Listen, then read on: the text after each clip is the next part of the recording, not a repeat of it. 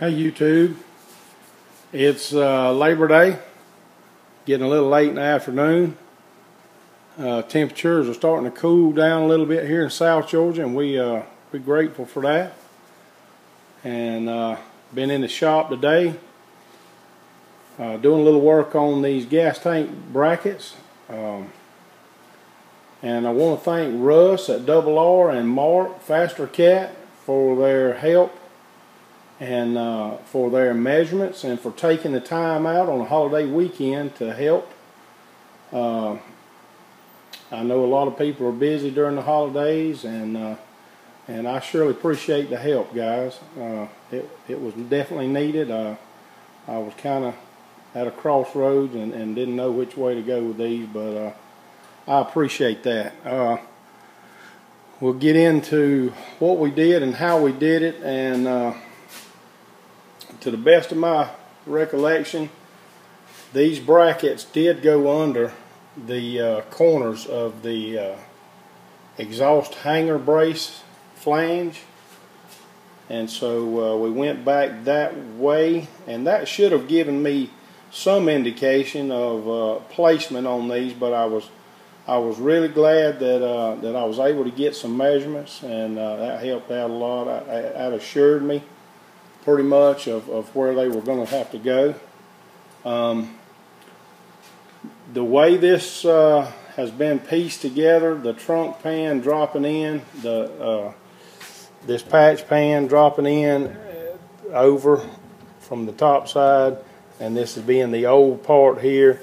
It was stitch welded, and we came back and welded this up solid and just done a temporary grind on that just to get some of the high parts knocked down, but we'll come back and do a little finishing on that and probably do some seam sealer. And my plan is to go all the way around that thing, just weld it in solid, make it real hard for the next cat that happens to do this car. I doubt anybody will ever do anything besides me, but not really knowing, we drilled and welded to this in a few places, and those spot welds are pretty good there. They're pretty tight. I don't think we'll have any trouble there. And then we just drilled the trunk pan and came in from the top side with plug welds, 8 per brace, and you can see the penetration was good, and I'll show you the top side in a second. But both of them turned out pretty good. I'm pretty happy with them. They turned out pretty straight. Pretty much the same situation. This first weld right there, if that looks familiar to any of you welders out there, that was the first one and did not have the gas on. I'll grind that out and re-weld it, but I did want to show that if anybody, I'm sure you've run into that before if you've done much welding. I'm bad to leave the gas bottle turned off. Too antsy to get in there and get started, I guess.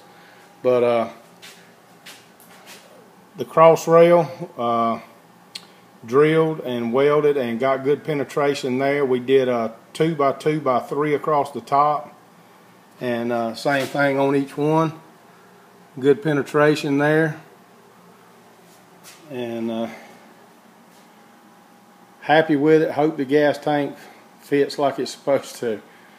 So I'm going to try to rotate this thing over while I got you in my hand here, and see if I can show you a shot from the top side of that trunk. This thing rolls pretty easy. You don't have to put much pressure to get it to go. And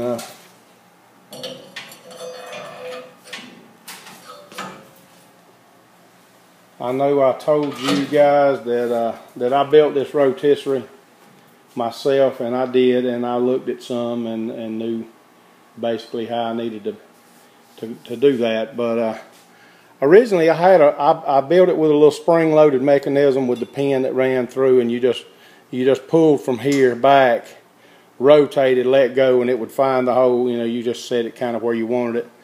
That the 3/8 rod that I had in there just wasn't strong enough. If you leaned on the car at all while you were working on it, it would just bend it.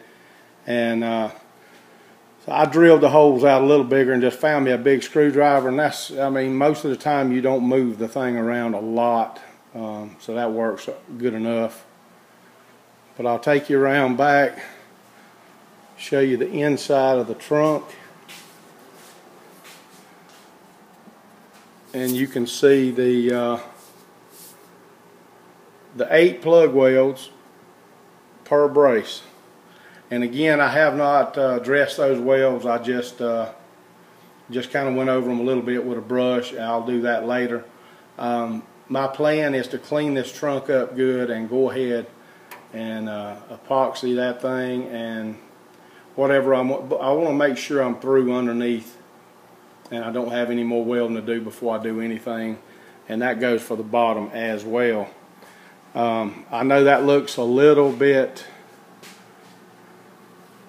tacky there, but I did that for a reason.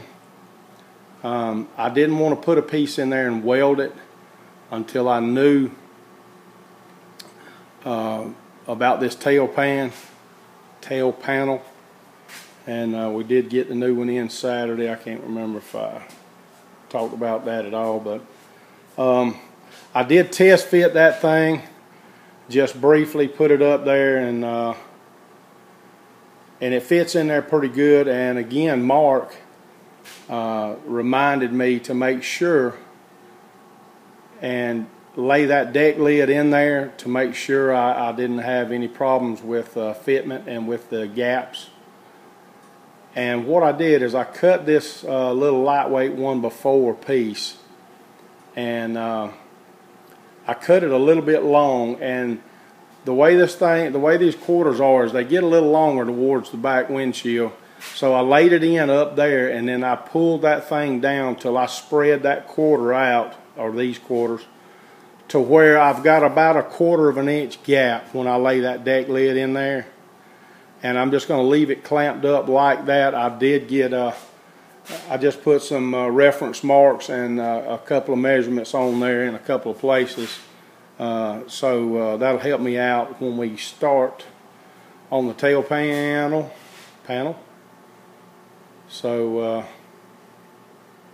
it's been a fairly productive weekend. We had a couple of little hiccups there, but we got through them with a little help.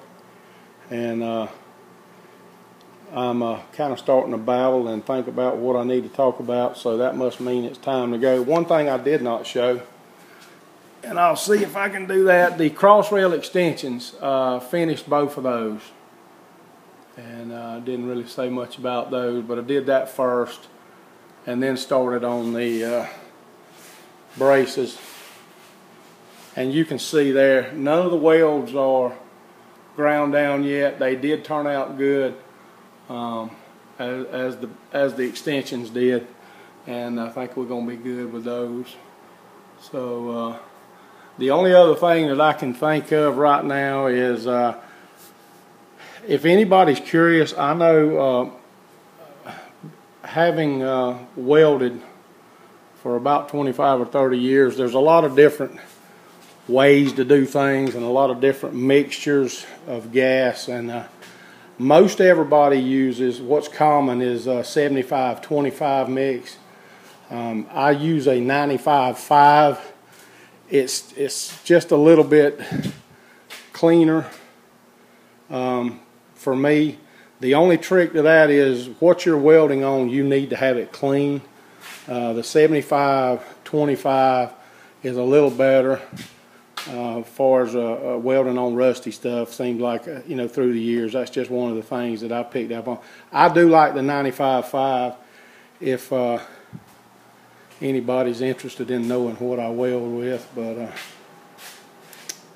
that should wind it about up for this weekend. It'll be a couple of weeks probably before I get back on the car, and I know the guys at work will be glad to get a weekend. I've had 2 in a row off, so we'll help those guys out, get back to work and work a weekend or 2, and let some other folks have some time off.